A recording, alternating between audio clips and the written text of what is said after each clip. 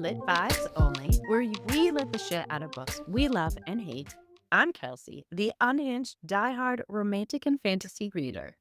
And I'm Amanda, the insightful thrill seeker and historical fiction nerd. Welcome to our Yeah. second Lit It or Quit It episode for the wonderful month of February, where we're going to dive deep into Wuthering Heights. But before all of Yeah. that fun stuff, we want to remind you that we have some pretty great socials that you should be checking out. So we are on Instagram at Lit Vibes Only _podcast. And we are also on YouTube and on TikTok at Lit Vibes Only Podcast. So if you are not joining our community on those platforms, you should be. We have a great time. We share so much fun additional bookish content for you to engage with and respond to. So like, follow, comment, subscribe, all of that good stuff if you're not already. All those things. And if socials are not your thing, you can also get in touch with us via our email. It is litvibesonlypodcast@gmail.com. Send us an email, say hey, give us your feedback, recommend books for us. We love engaging you guys in any and all the ways. And we have a new platform that we are utilizing this year, Fable, which I know some of you listeners Yeah. have already been on for a minute. We are just getting into it and loving it. So Really? hopefully some of you have already engaged with us on that platform, are following us. I'm Lit Vibes Only Amanda.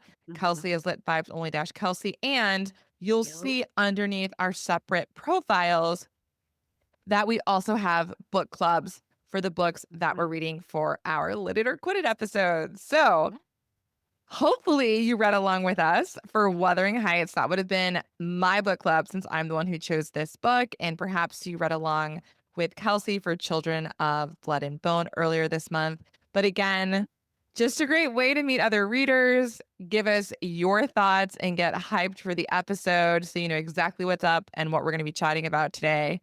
So those are all the major platform things. And then, of course, last but certainly not least, if you are still sitting out there and you haven't rated and reviewed our podcast, I don't even know what to say to you at this point, except just 2 minutes. Oh my goodness. It's such an easy, quick thing to do and has such a huge impact for us as podcasters, especially as book podcasters, to just bump up our visibility. So if you can take a moment now, even while you're listening to the episode, to do that while we chat about our current reads, or at the end of the episode, we would greatly appreciate it. It means so much to us, and we really want to get our podcast out to more ears. So thank you. I was just, as you were talking, Amanda, I was like, wait, I actually don't follow your book club on I saw that. Fable. I know. So I Mhm. just added. I also saw that Because I was going to ask you, how's the book club going? for Demon Copperhead. Yeah, it's right. So I don't want to confuse people because again, it's January for us, still pretty much the beginning of January. So our Demon Copperhead episode hasn't dropped yet. But hopefully by the time that it does, we'll have a couple more folks. We know it's going to take some time to get folks on board with this new thing that we're doing, but spread the word. And our goal is to give you guys at least a month in advance notice before the episode drops. So you have time to read it. And also, if you've already read the book before, you can still join the book club where you can still share your thoughts. You don't need to be like, oh, I read that book ages ago. You can still hop on, share your reflections, share your predictions for whether or not you think it's going to get a lit it or a quit it out of either of us. So please don't let that keep you from joining the book club. We still want to hear from you on that platform. Definitely. And as we get moving along, you'll be able to vote on the books we read for the next month. So my book club started with Children of Blood and Bone. And now, this week, I'm going to have people vote on what to read next. I only have a few subscribers, so I'm trying to up that so that more people can vote. Yeah. So I'll choose the variety of books and then let people vote. Yeah. And again, it's another way for you to have an impact and a say in this podcast and what we're talking about. We want to be covering books that you guys are excited about and not just what we think people want to hear or what we're excited about. So again, this is a community effort and we really mean it when we say we want to hear from you. and want to take that information and do cool things with it. With that said, let's talk about what we're reading right now. I was still reading Fearful by Oh, yeah. I'm almost done, but it's that book that I'm reading like before bed or in bed, Mhm. so I get like a chapter or two a night. So that's why it takes a little longer. Yeah, no worries. Sometimes it's nice I to just enjoy it. yeah, sit with a book and let it marinate and take your sweet Mhm. time. Again, I've said this a million times, but because of the timing of these podcast episodes we're recording on Yeah. Sundays, always, almost always, I usually have just finished a book on Saturday, which is the case. So I'm just about to start yet another book. It's an audiobook, and it's The Okay. Overnight Guest by Heather Gudenkoff. It is, of course, a thriller because I almost listen exclusively to thrillers and memoirs on audiobook. But this one, it's a true crime author. She's gone to this isolated farmhouse to do some writing. She gets snowed in. And at this house previously, a couple people were murdered and a girl went missing. Mm. And while she's there and snowed in, weird things start to happen. And then this child shows up in the snow outside. And things unravel. That's what I would do. Things unraveled from there. I'm really excited to listen to it. I'm, again, very much still maintaining my audiobook streak and am loving it. And I'm really proud of myself because I really am not an auditory processor, not a good one. And I feel like I'm getting so much better. And I'm like working that part of my brain. So good stuff. Good stuff all around. Yeah. Yeah. We've got a great book to dive into today. It is Wuthering Heights. Oh, we'll get to you in a second, Miss. Wuthering Heights by Emily Brontë. There's a couple of reasons why I chose this book. One is it coincides with the release of the film that at this point will have just dropped. It will have dropped the week previous, Valentine's Day. And this episode drops like What a lovely Valentine's I Day. know. Great. So I chose it for that because I think it's going to bring this classic book back to the forefront for a lot of people. I really enjoyed reading this book. I read it over a decade ago, so it's been a long time. But I remember reading it. I was either in college or it was right after college, and I picked it up. I was really into kind of gothic novels at the time and loved it because it was just bizarre and eerie, and all of the characters are a hot mess, which I love. They're just all horrible people. And I thought it was great. I was so fascinated by these, I don't even know, hooligans out on the moors just doing crazy stuff. So I really liked that. And this book also led me to go on to read books like Rebecca by Daphne du Maurier, which I'd mentioned. And again, this is a classic. So there's a lot of things you can say about the classic, both good and bad, but I think there's a reason this one has persisted. And I love supporting female authors, right? So let's do the thing. 1800s. From the 1800s, when they were like not really allowed to write or had to write underneath like a male pseudonym. So all that stuff. I think I already know the answer to this question, but I'm going to ask it because I have to. Yeah. Kelsey, was Wuthering Heights a lit it or a quit it for you? See, this is where I think you're going to be surprised is like, I don't really have like a judgment. It is like exactly mid. Okay. Yes. There's not really much that I really liked, but there's not much that I hated. It was just like, It's kinda there. Okay. Okay. You It was can use there. my term. It's a quillet. It's smack in the middle. There's really nothing to be said on either side, although we will have things to say because I have things We to say. will. Hey, but You don't it have strong just, that's feelings. what it feels like. Yes. Okay. That's fair. Then you have the mammoth task of summarizing this book. And I say mammoth mainly because, in my opinion, there's a lot of characters to keep track of, and a lot of them have the same name. Mhm. So that's fun. Yeah. So Godspeed. Well, Oh boy. this summary really reflects my experience with this book. Okay. Okay. I initially was like, oh my God, yeah, I need to go back. I read a different summary. Like I watched a video summary. Okay. Well, okay. So I know what happens. However, I really did want to give the readers or the listeners rather an idea of what this book felt like to me. Okay, so like the reading Okay. experience. Okay. Yes, my personal reading experience. So I would say, just to provide a little bit of clarity, the book is mainly narrated from the perspective of Nellie Dean, who is a housemaid who's been caring for some of the characters in this book. Yeah. But the other person's perspective who we're looking at this story through their lens is Lockwood, who has come to stay at Thrush Cross Grange. And so that's one house. And then there's the larger manor house, which is Wuthering Heights. And so they're located in close proximity to each other. And essentially, at the beginning of this story, it starts with the Earnshaw family. So we have a brother and sister, Catherine and Hendley, Yeah. and their father comes home one day with a young boy that he has adopted, who's an orphan, whose name is Heathcliff.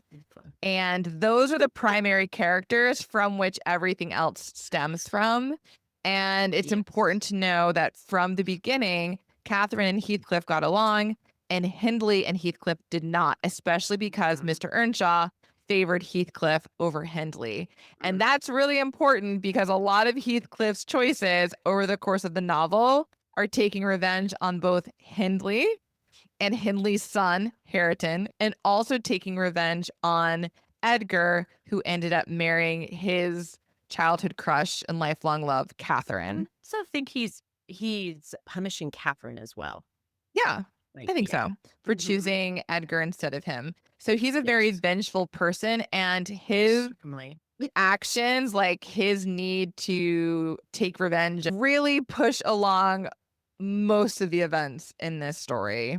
But this is certainly a book that I hope you've read beforehand in order to understand what happens, because it is confusing. It jumps back and forth in time. There are huge time jumps, and there are Yeah. so many characters who are all interwoven with each other in terms of marriage, and then their children, and then their children are getting entangled with each other. So there's a lot there. Well, you'll notice that I start in the middle of the book because everything until then, I did not know what the fuck was going on. And I had no idea who the narrator was, and I had no idea, like, I didn't understand any of it. Okay. Okay. I was like, oh my gosh, this book I should probably just read over again, which I do think would help with understanding what was going on. Sure. But I was like, no. So here's my summary. All right, let's do it. I'm so curious. Okay. Catherine gets engaged to Mr. Linton for his wealth. Heathcliff leaves the village, then comes back and meets with Catherine and Mr. Linton. Catherine tries to embarrass Isabella by telling Heathcliff about her feelings for him. Catherine then gets sick. She's also pregnant, and Isabella and Heathcliff run off together. They end up married. They're gone for 2 months or something. Then are back.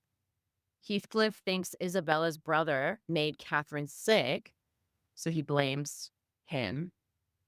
And Heathcliff is also unkind to Isabella. He's a mean guy to pretty much everybody. Heathcliff goes to see Catherine and confesses his love, and they both apologize for their decisions they've made up to this point. And after that encounter, Catherine gives birth prematurely and dies. Catherine's child is named Kathy, also aka Catherine, but she's called Kathy throughout the story. Isabella leaves Heathcliff and has a child of his in secret when she's gone. That child's name is Linton. Years later, Isabella's dying and she asks for her brother to take her child Linton from her. The brother goes to get the child, and then he's immediately taken to Heathcliff because that's his son. But they get to know each other and they start writing one another letters, Linton and Kathy. Kathy's father finds out and she stops writing to Linton. And then he becomes ill and Heathcliff tells Kathy it's her fault. Time passes. It feels like in this book, it's one thing and then 12 years, and then one thing, Mm-hmm. 2 years. It's chaotic. And then Kathy goes to see Linton and Heathcliff kidnaps her and forces her to marry Linton. And this woman, Ellen, who's been narrating most of the whole Oh, time. Nellie. Oh, yeah. I actually did notice that by the end, but Miss Dean. Mm-hmm. But I first thought it was Ellen. Is also kidnapped with Kathy. But essentially, just to go back to the story, she is telling this story of these families. So she's one of the main narrators, and she's a housemaid. So they're both kidnapped together. Kathy ends up marrying Linton by force. And then Linton ends up being a shithead to Kathy as well. And Edgar is dying, who is Kathy's father. And Nellie is able to tell him what happened because eventually she is let go, but Kathy remains at the Heathcliff house. And Edgar ends up dying shortly after that because he was ill. And then Kathy was able to see her father right before he died. But then Kathy is forced to live at the Heathcliffs with Linton and Heathcliff. Linton also dies, which is her husband, because he was ill as well. So Heathcliff ends up with all of this wealth, and because he's her guardian now, because he's her what is it called? Father-in-law. Father-in-law. And then she's living in the Heathcliff house, and Kathy and Hareton, Hareton. they become romantic. And that's how it ends. Heathcliff dies, and this whole time has been like burdened by the ghost of Catherine, his one and only love. Yeah, so that was my experience of this story. It takes a minute as a reader to get oriented in the story, as Kelsey pointed out. Yeah. And the writing in general is just obviously, do you call it Old English? No, this was published with the 1800s. So it's like Mhm. Victorian English. Old English is you're going way back. Feels like that. That's the experience I've had with this book. It's interesting because you love Jane Eyre and it's like both the same Yeah, it's genre so and the same interesting. time period. I do think part of the difference is that I listened to this on audiobook. And yeah, like not being able to see the words, I think made a big difference. Yeah. This is not a book I would ever listen to an audiobook. I do not recommend. And I didn't like the narrator. Once again, It did not make me fully hate the book. So I just feel like Demon Copperhead was just bad. So, like the narrator and the book you didn't like either. yes. Yeah. So I do say some of the issues were with the narrator. Yeah, like I said, the structure of the novel is wonky itself, the structure and the Yes. pacing. And then trying to keep track of all that and all the characters solely through audio would be a horrible experience, in my opinion. I would never do that to myself. And in fact, there's a really beautiful illustrated version of this book that I read. It's the full text, it's not abridged or anything, but it has like illustrations like every, I don't know, couple chapters, which I really enjoyed and added to yeah, it did. And it just added to the entertainment value and kind of the creepy gothic horror nature of this novel. Okay, but as always, we're going to start. I feel like we've already started, but we're going to backtrack and try and start with some positives for this book. Dang. I don't know, to be honest. Okay. I don't have a strong feeling towards anything that happened Okay. or the characters. Okay. It was just, to me, it was like this shit show of a book. Yeah. Timeline. It was just, It's basically a gothic soap opera. what is that like, really? I don't know. I liked it because I thought it was creepy. And I know that's something we differ on because I do enjoy more like horror things than you do. And that's something I've dived into more. So I liked the gothic horror element with the ghosts and just it's very atmospheric. Like I feel like a lot of books set on the moors in the UK are very atmospheric, which I liked. And I loved that these characters were absolutely insane. Like, just the choices that they were making, how they responded to each other. They're just like petty little jealousies and rivalries. And I loved it. And I stand by what I said. It's like a gothic soap opera because at any given time, you're just like, wait, hold the phone. Who did what to who and why, or to whom, I should say. It wasn't a soap opera because your jaw's always on the floor because it's like, how is this happening? This is so insane. How, yeah. So I thought there was like huge entertainment value there for me. And then, I'll give you that. It was like somewhat entertaining. I didn't pick up on the gothic vibes. Probably there was like a comprehension issue there because I didn't even know there was like Catherine's ghost wandering around. So I know that he went to her graves and dug her up or something. That was gross. But I never got like gothic vibes from this book at all. I was just like, okay, really? yeah, not at all. What, I guess it depends. Like, how would you describe gothic? To the book narrator, she does not sound at all. She's like almost peppy. Oh, interesting. Yeah. And I think that might have helped. With you not thinking it being like gothic at all. I recently read One Dark Window, and that was super gothic-y vibes. It was very dark. This one just didn't feel. It just felt like people doing dumb shit. Like it didn't feel. Okay. Yeah. Yeah, I think if you have a narrator, their tone is not appropriate to the tone of the book, I feel like it makes for a very bizarre reading experience. And it sounds like that's what happened. Because I could imagine a really great narrator really leaning into the weird, dark, eerie, slightly supernatural tone of the book. Yeah. Because it is in some ways a ghost story, right? And Yes.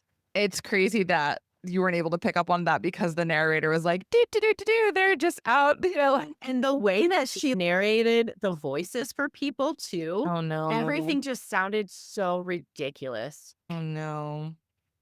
What? And then so I think it would do well if they redid the audiobook. Yeah. This just sounds so old. It sounds like it was done 20, 30 years ago. Like it sounds Okay. like It could be. Yeah. yeah, it's a really old book, but I think they could nail it with different narrators and like male and female voices. Yeah. And it would potentially help with like comprehension because it was just this one woman and I had no idea who was talking Oh. ever because it was just her voice. And I was like, okay, it'd be like 2-3 minutes into the chapter. I'm like, okay, I think it's that person now. Oh, wow. Yeah. Again, because it switches narrators and jumps around in time and there's so many characters, again, I don't know how you. This is all becoming making so much sense to me. Like it's all becoming clear, and it almost makes me like, I don't know. Now I feel like when I recommend books to you for these requited episodes, I feel like I need to know what, because you almost always listen to audiobooks. It's weird. Like yeah. So I'm wondering if I need to vet the audiobook first. Maybe. Because even like with this book, with Demon Copperhead, I'm just like, I do truly feel like you would have a different reading experience if you For had this read one, it for and not sure. listened to it. And I do wonder, especially with the movie coming out and maybe a resurgence of popularity for this text, if they will redo the audiobook, perhaps with a full cast. That would be so great. That would be amazing. And like even just adding music to it as well, I think would really add to that creepy, gothic, atmospheric vibe that is so important to the success of this novel. I should have gotten quotes just like of the way that, especially Heathcliff, like talks to people. And just like, it, I'm so curious what they're going to do in the movie. Like, and they got to change it because this is ridiculous. Like some of the phrases that they're saying to each other. Yeah. I think from what I've seen in the trailer, it's got like this kind of surrealist element to it with the way that it's filmed and almost like this dreamlike quality to it because it does look a bit bizarre at times. It's not fully realistic. So I am curious how they're going to reinvent it. I do think it's funny that in the trailer for the movie, Like Mhm. it specifically says like the greatest love story of all time. And I'm like, in my opinion, this book is not a love story. It Yeah. is like, No. you can call it like a horror novel, you can call it a gothic novel, you can call it super whatever. I have never been like, oh yes, Catherine and Heathcliff. I think because No. they are so toxic, it doesn't have any sort of like, they're never truly together. They have these moments when they're kids, and then again, he goes off. So you don't really see them in a romantic relationship for any length of time, really, in the Mhm. book. Yeah. And they are shitty to each other and everyone else in the book. Yes. So I've always had questions about that as a reader. And listeners, I don't know if you Yeah. agree, but when people label this book and their relationship as like this epic love story, I'm like, did we read the same book? I like this book, and it is not because I think it's a love story at all. That there's no way after reading that book that I would label it a love story. That's why Same. at the beginning I was like, "Can you call it a love story? No, not really." But No. I've seen so many people Yep. say that about this Yeah. book. Yep. It doesn't emphasize the right things. No. Because really this book is about, like, people doing shitty thing. Yeah, and it's about revenge, and it's Hmm. about trauma, what happens Hmm. when you experience trauma. Yeah. And like class differences, and like one of the things too that we can talk about, because there's been a lot of debate about this over the years, is Mhm, like the race of Heathcliff, right? Because he's mhm. described as being dark skinned. And so there have been theories about what his racial or ethnic background is, and whether or not he's white, or if he, like, some people have put out there, like there was at this time in the UK for the setting of the book, which is the 1700s, like The the mid late the 1700s. mid to late 1700s, like there was still like the slave trade happening, and is this like an enslaved boy that he happened to pick up in the market essentially and bring home? Like, where is this child I don't from? I don't think that fits with the story though, because he ends up becoming very wealthy in, like, He the does. very early 1800s. I feel like that wouldn't have been possible for someone who was an enslaved person at that point.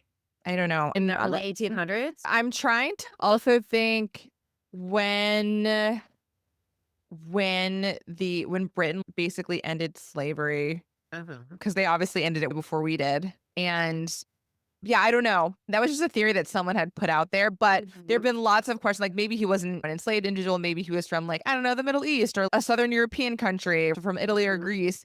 But there's been theories like about that. And of course, there's also the question of where did Heathcliff get his wealth from? Like, how did he amass it? Oh, yeah. And Mhm. that question is never really answered in the Mhm. book. He just goes away for 3 years and comes back insanely wealthy. So I've always wondered about that, and why Emily made that choice, and how he got his money, and what perhaps nefarious. Just happened. But what we do know about Heathcliff is that he is gigantic, Amanda. Yes. He's a very tall, broad individual. One of these tropes that you love Yes. The big, that started way tall. back in the day. Oh God. I don't understand. I mean, it makes sense, right? Because even since, I don't know, centuries before, men are supposed to be the big, strong protectors, and the women are like the weak, docile. Oh, save me. That's been around for forever. So it doesn't surprise me that it's showing up in these texts, but it doesn't make it any less annoying. Doesn't make any sense though. Like he didn't there was no addition to the story for him to be like giant. Yeah. It was just a thing. So I'm like, I think it might be the same. It might be the same thing now. Like, why in so many of our romance novels or romantic, do the men have to be this large? They don't. Like, he doesn't need to be 6'5" and like massive. I feel like there is a quality that people are looking for in romance novels that I think nowadays that like people like that, right? So it does add something to the story for some readers. But in this story, like you and I said, it's not a romance story, but romance novel. He's just like this big guy. But I think some people, a lot of people, actually, many people do see it as a love story. So it makes sense, right? If we're playing to the same romantic tropes, like, of course, it's going to be Perhaps. like the big strapping guy, because it is like Catherine and Heathcliff. If you look at the list of like classic romantic relationships, like they're always there, like they're always on the list. And That is wild. again, to me, it's wild. To a lot of other people is too, but that is how this story is characterized. For better for worse. Supposed to be? I don't think so. The thing is, like, when she wrote the book and when it first came out, people were scandalized because of how badly behaved these characters are.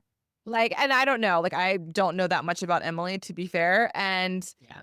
I don't know if she was like, trying to make this commentary, because especially at this time in the UK, like this idea of civilized, polite British society, right? This is what we all esteem to be. And here are these wealthy individuals acting, like I said, a bunch of hooligans. So I don't know if she was like, yeah, you guys like to prance around thinking you're all holier than thou and prim and proper. But honestly, when you're left to your own devices, these are the kind of shenanigans you can get up to or have the capacity for. Yeah.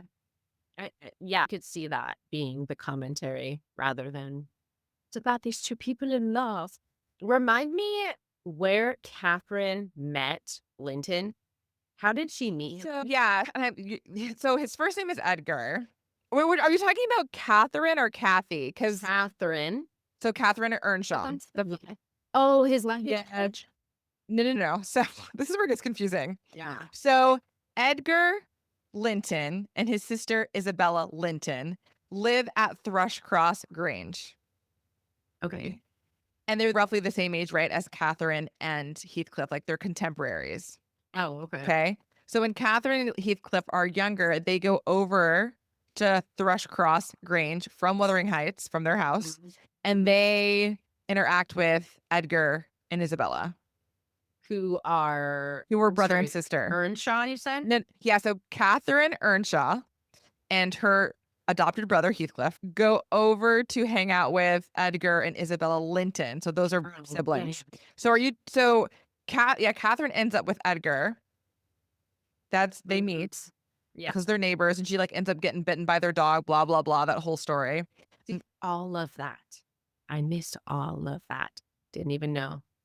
Like you did when it happened in the book, you didn't catch it? No. Okay. I was like, seriously, Amanda? Like 30% way. I was like, okay, I see that this is happening now. It was so bad. It was so bad. It took me so long. Not hydrating. I'm curious to know, and listeners, this is a great opportunity for you to chime in.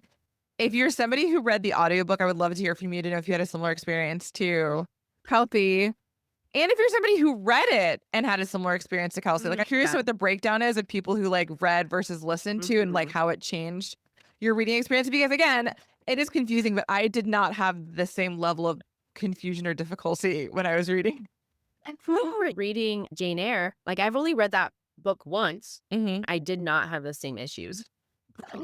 But I think the difference with Jane Eyre is not only do I feel like there's a smaller character of cast and entanglements, but also it's way more linear. Like it's just, as far as I remember, I could be wrong, but it's just one narrator the whole way through. You're not jumping around and everything is happening as it happened versus I'm Nellie and I'm going to reflect back on what happened all of these years ago, where Lockwood's like in the present and interacting with them now. So that's true. I think the structure's less complicated. But still the same style of writing. But still the same style of writing. Yeah. Which is also what added to my confusion. Yes.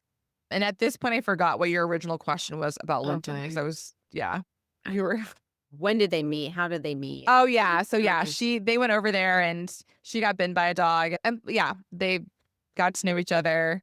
She realized because Hindley, her brother, Catherine's brother, hated Heathcliff. Like he was never going to approve of them getting together. So she's like, well, guess I'll marry Edgar because he's here and available and appropriate.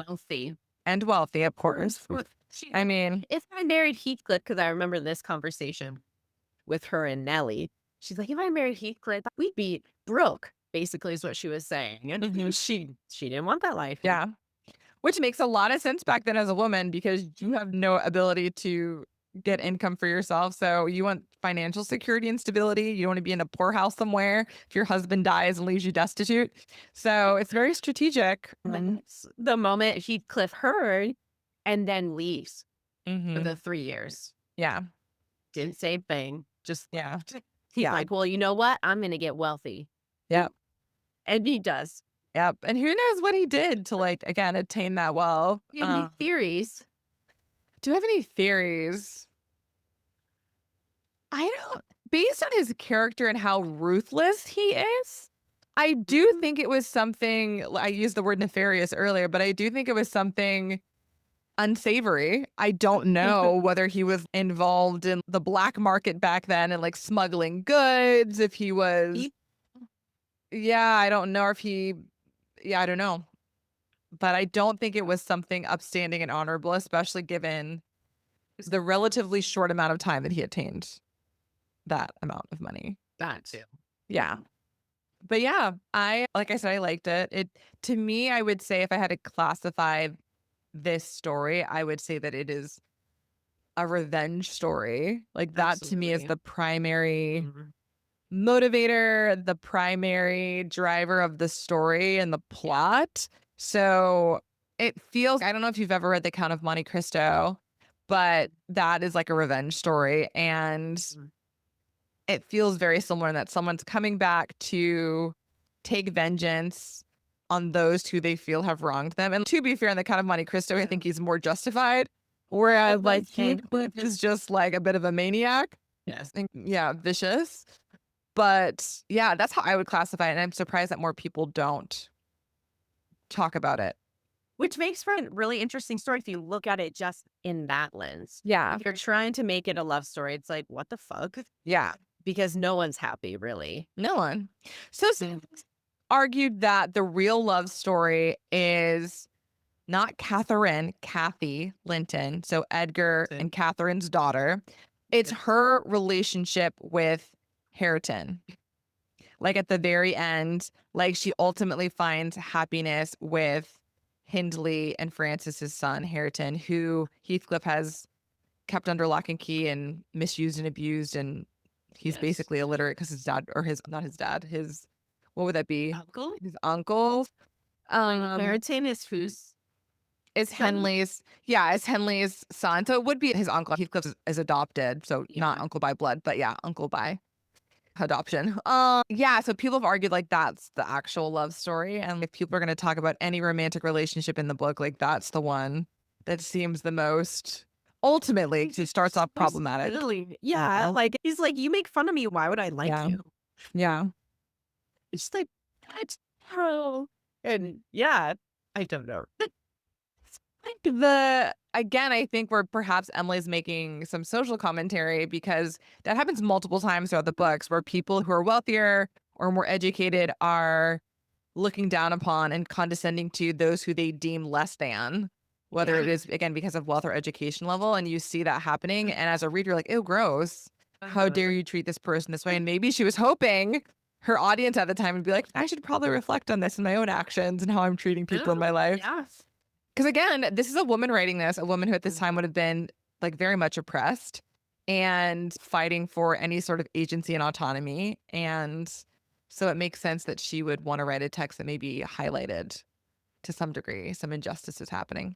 Just a thought. I don't know. I saw somewhere that throughout, because it spans different generations, right? And so it's really just 3 generations, Mhm. if you really think about it. And then they're like cursed through those generations. And then people talk about Kathy and Hareton getting together being like that resolution of Mhm. this curse of what happened throughout the families. So I've seen that take as well. Yeah. Yeah. I mean, it definitely, for all of the craziness that has happened in the book, it does end on a somewhat positive note. Like Heathcliff is finally dead and gone. And it does seem Catherine. with his Catherine finally gone to be with her, and they can, yeah, haunt the moors together. But yeah, because you see Kathy Linton changing her opinions and perspectives towards Hareton and then like coming together. And so it's hopeful in that people can overcome their differences, they can overcome their prejudices, they can overcome their traumatic family histories, generational trauma, and start afresh. So I think it does have a hopeful ending. And in that way, maybe is like a romance story and that it has a happy-ish ending. But again, I don't think it meets really any of the other criteria for a romance. No. Maybe a romance from the 1800s. Our romances from the 1800s that are vastly different. But again, like a gothic novel in general is dark. And so Yeah. I guess if it's a gothic romance, yeah, I guess if you yeah, it is a gothic romance, and so it makes sense that it's dark and tragic and bizarre. Well, maybe. Yeah, we might be just using the wrong romance criteria to What is analyze this? it. What is it called? Dark romance? Dark romance? It's more Yeah, those lines than any. it is. If you're talking about Heathcliff and Catherine. Catherine, yeah, it definitely is more closely aligned There's with this that. obsession with her. Yes. Cannot leave her alone even when He like she basically stalks her, yeah. desecrates her corpse. That was wild to me. I was like, what the fuck? I know. What? Like as he was telling Nellie. It's like, what's the big deal? Yeah. He's over here kidnapping and imprisoning people my and God. forcing them to get married. It is dark devil. romance. Oh my god. Yeah. Even when Heathcliff is about to kidnap Kathy and Nellie and he slaps or hits Kathy, I was like, what the fuck? I know. There's violence, there's abuse, like There's everything. it's Yeah. all the dark parts of humanity on display for us to see For real. and ponder. Yeah. I'm curious. I have a question for you. Oh boy. Thinking about all of the events of the timeline, do you think there's one decision like a character could have made differently that would have like really changed the outcome of the story? The really obvious one is that Heathcliff and Catherine got married versus Edgar and Catherine. But do you think they would be happy if that had happened? I think they would have tormented each other. Exactly. But that's what It's so interesting, right? Because there are these couples who do love each other, but you watch them together and you're just like, I don't get it. Like miserable. they, yeah, I don't know. So I feel like it'd be one of those relationships where it's like they are drawn to each other's toxic traits. And so it works somehow, but it's not healthy. Like it's not a healthy relationship. But I think they would have lasted. I think. Yeah, I don't think like it in general for Heathcliff or Catherine that they would have had like positive relationships in their lives. I don't think that was in the cards for them, especially romantic relationships. No. They both such obsessive tendencies and personalities.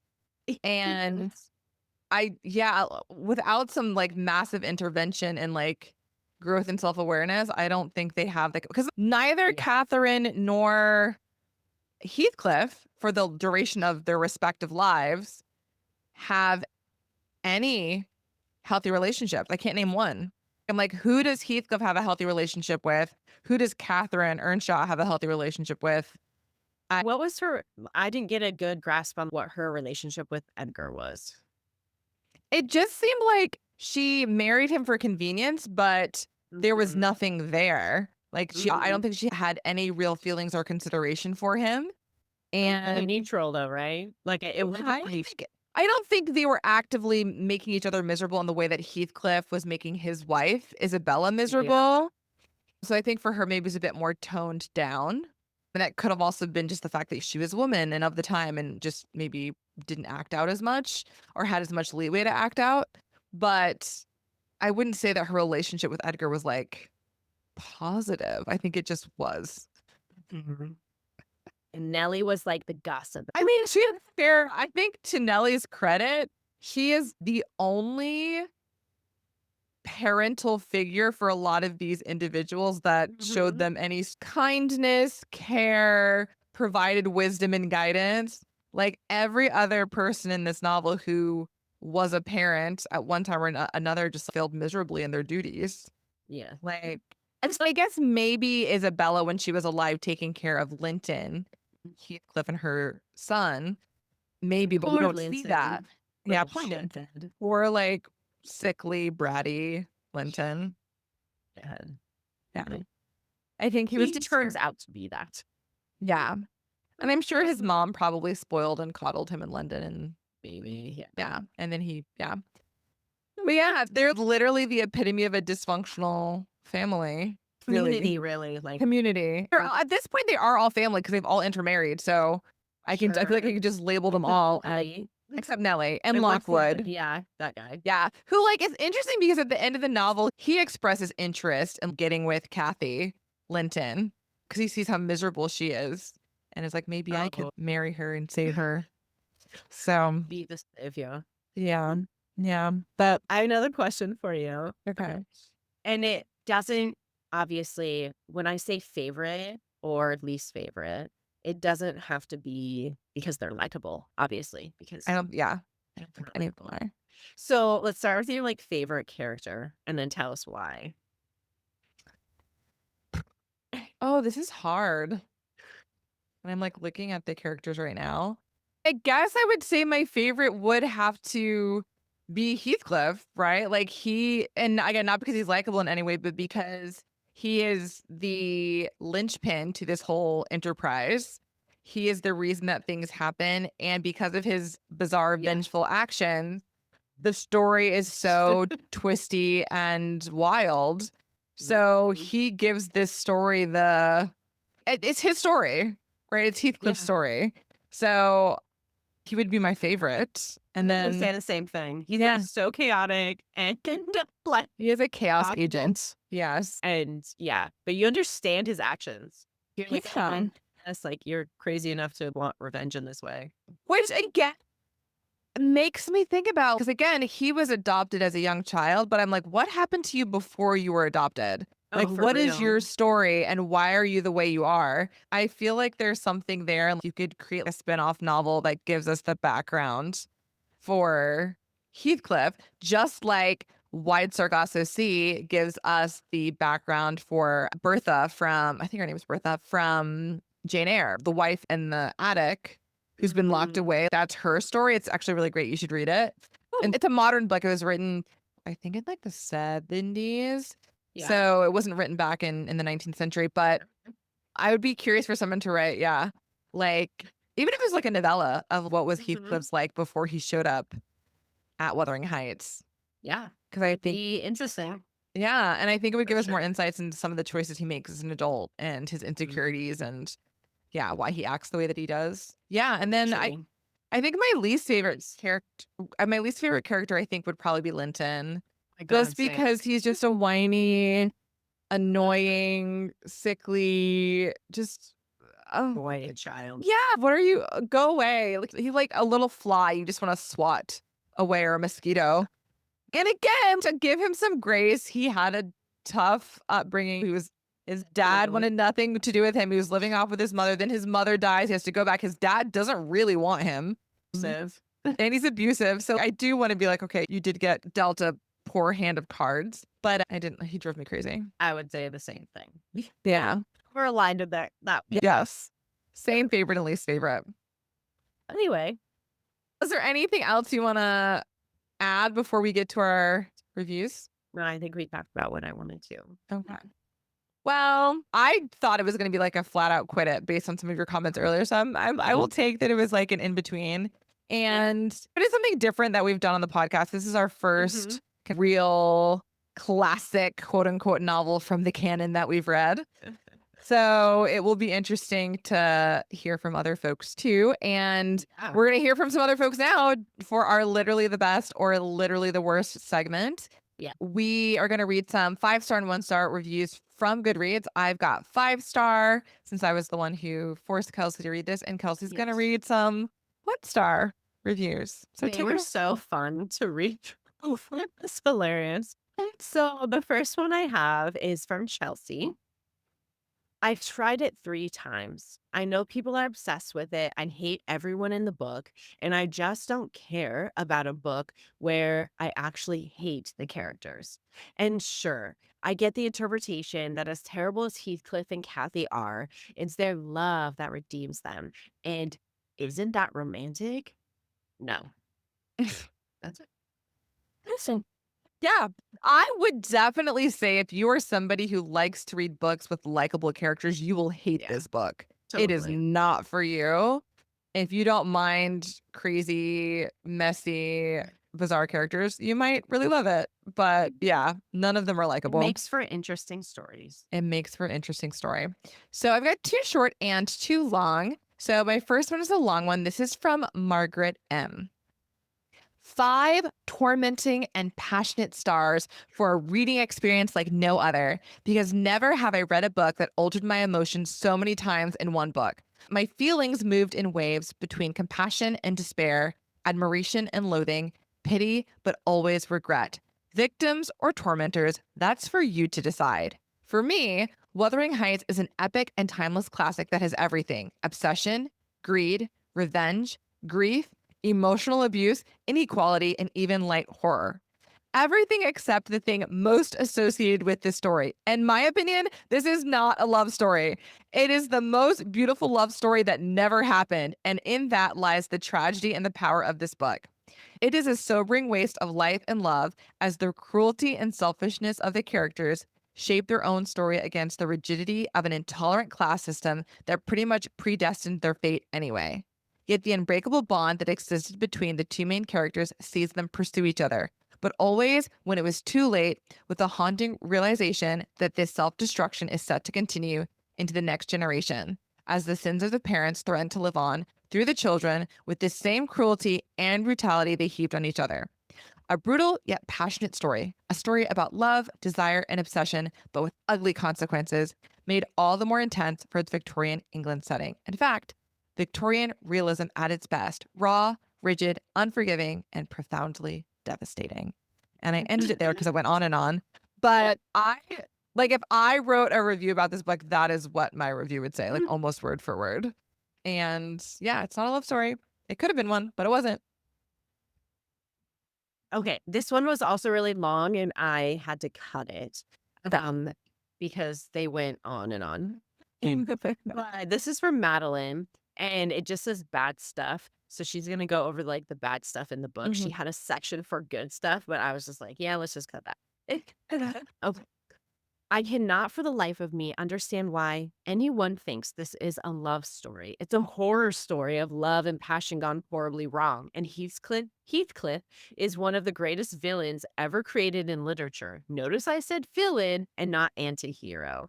Heathcliff is not an anti-hero. He is a sociopath, and for the last 50 pages of the story, I wanted to violently murder him so badly that my hands are shaking as I held the book. He is evil.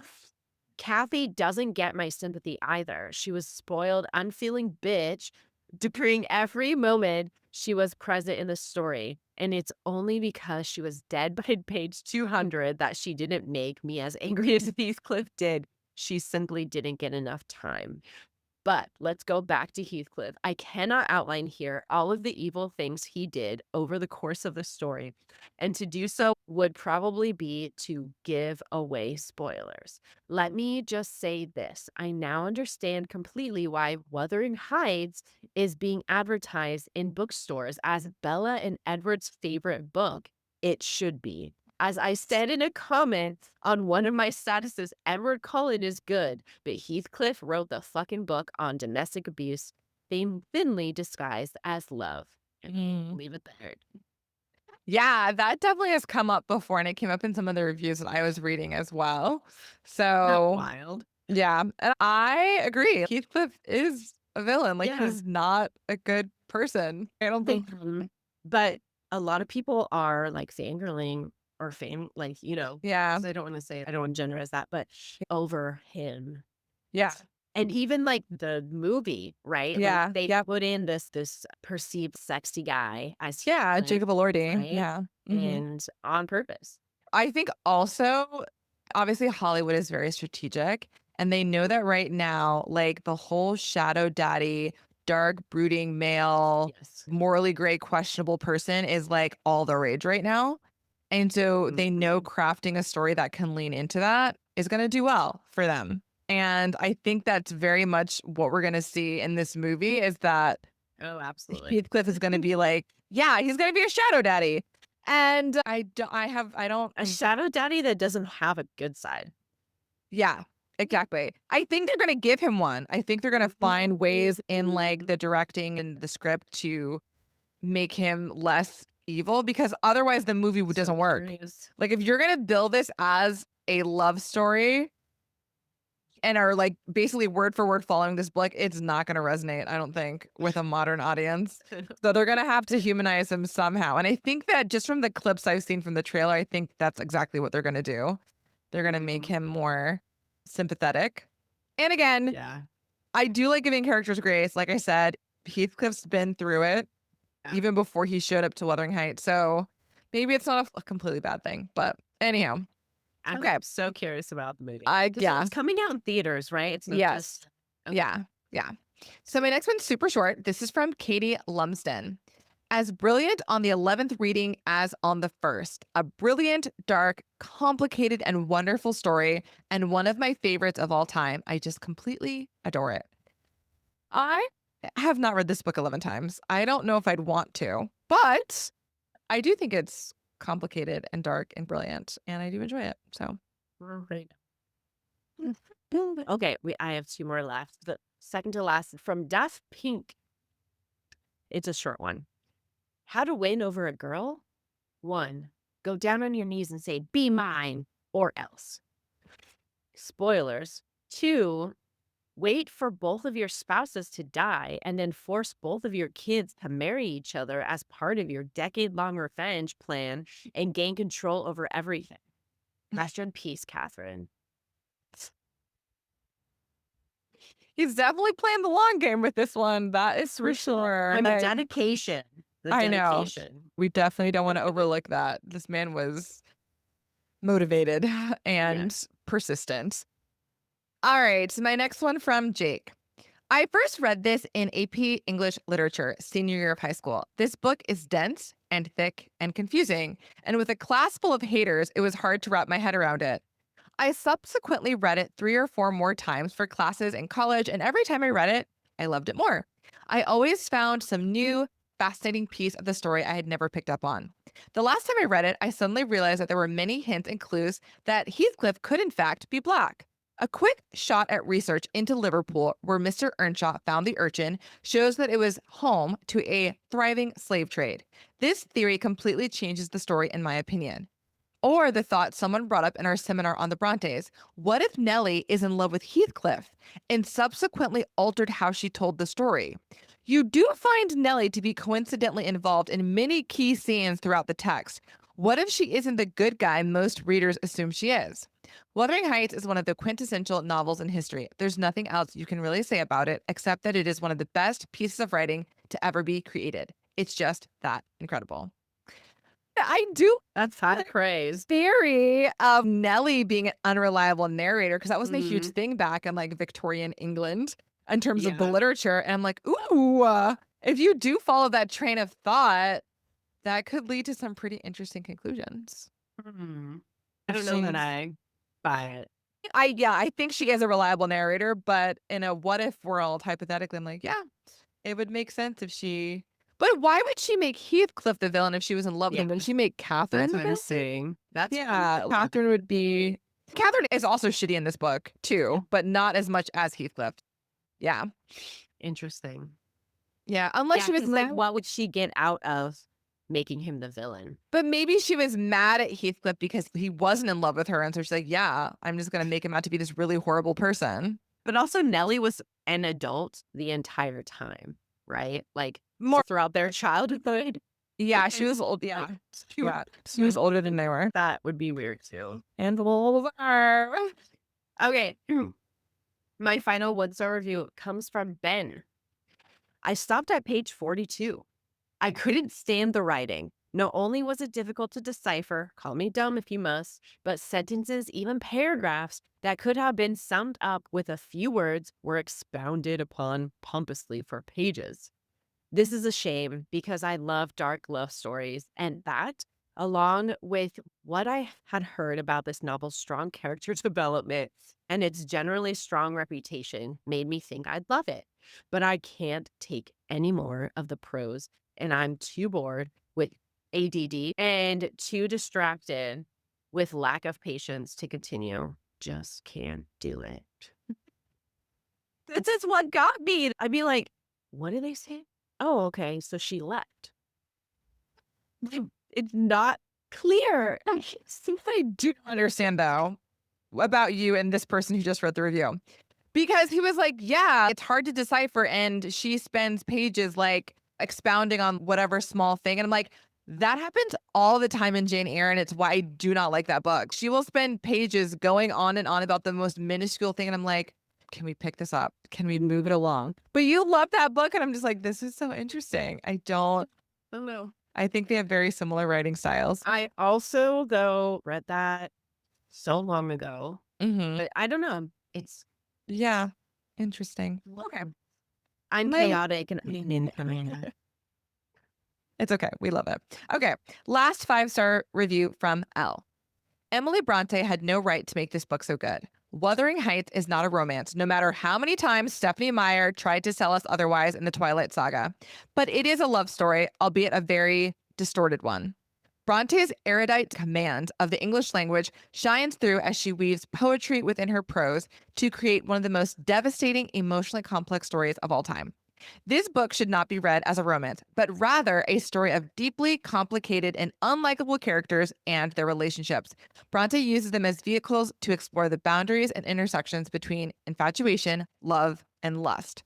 Unlike most classics and books, she does not shy away from thoroughly depicting some of the most monstrous characters in literature, what they love, what they hate, how they love, how they hate. That in itself is a literary triumph and feat. Yep. Yep. And again, I think disagree. I don't either. And I think, again, whatever concept you have of a book or like preconceived notion you have of a book before you read it is going to vastly impact how you interact with and respond to a text. And if you're like, yes, this is going to be a love story, and then you read it and you're like, WTF. Yeah, you're gonna be very confused. Yeah. For sure. Well, final recommendations. I, of course, am going to recommend this book only to people who understand that this is not a love story and for people like myself who love people behaving badly because it is chock full of that. Yeah. I'm still in the middle.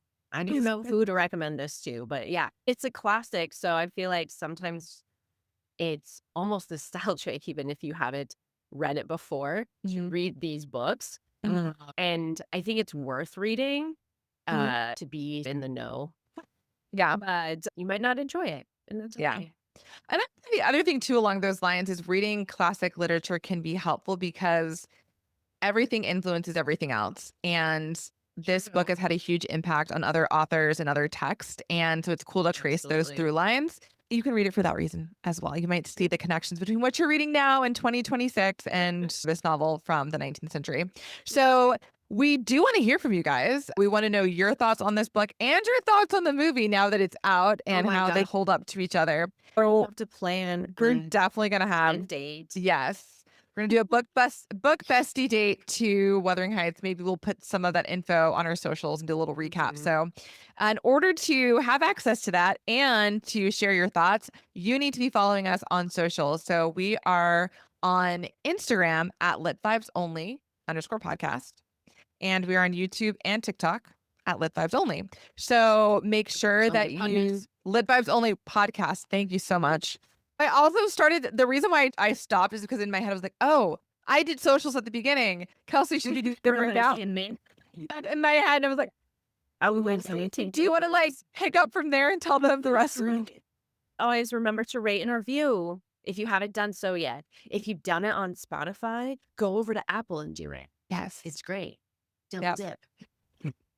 And then we're also newly on Fable. This will be the second month that we're on Fable now. And you can find Amanda at litvibesonly-Amanda and Kelsey at litvibesonly-Kelsey. We really want to see you over there. And that will be, I'm going to stop using Goodreads. I think, Amanda, you're going to still use Goodreads. Yeah. But I'm dropping it. And that's where you'll mostly find my book updates and what I'm currently reading. I love the feature. Have you seen, Amanda, where, and I promise this is not like an ad. We are not sponsored by Fable. I love the feature where you can tell it you read today. Yeah. And track your reading streak. Track your reading. And that's so fun. I love that aspect because then you get a calendar of what books you read each day. And that's really fun. I have not been using that feature. I keep seeing when I log in, I'm like, oh, I mean, just like one more thing for me to remember. And I don't think I'm going to be able to keep up with it, but I do like it. I I'm like that loving it's an it. option for folks. And I know things like that can be a huge motivator for people to Yeah. keep up with their reading, just like with Duolingo. It's like, I don't want to lose my streak, but I'm going to read regardless. And I don't really Yeah. need it, but I do think it's a great feature for sure. So yeah, come hang out with us on our socials, come hang out with us on Fable, rate and review. And again, if you are not on socials, you can find us at our email address, which is litvibesonlypodcast@gmail.com. Let us know what you think in general, what you think of this episode. Let us know your recommendations. We always want to hear from you guys. Thank you so much for hanging out with us once again, and we will see you next Monday.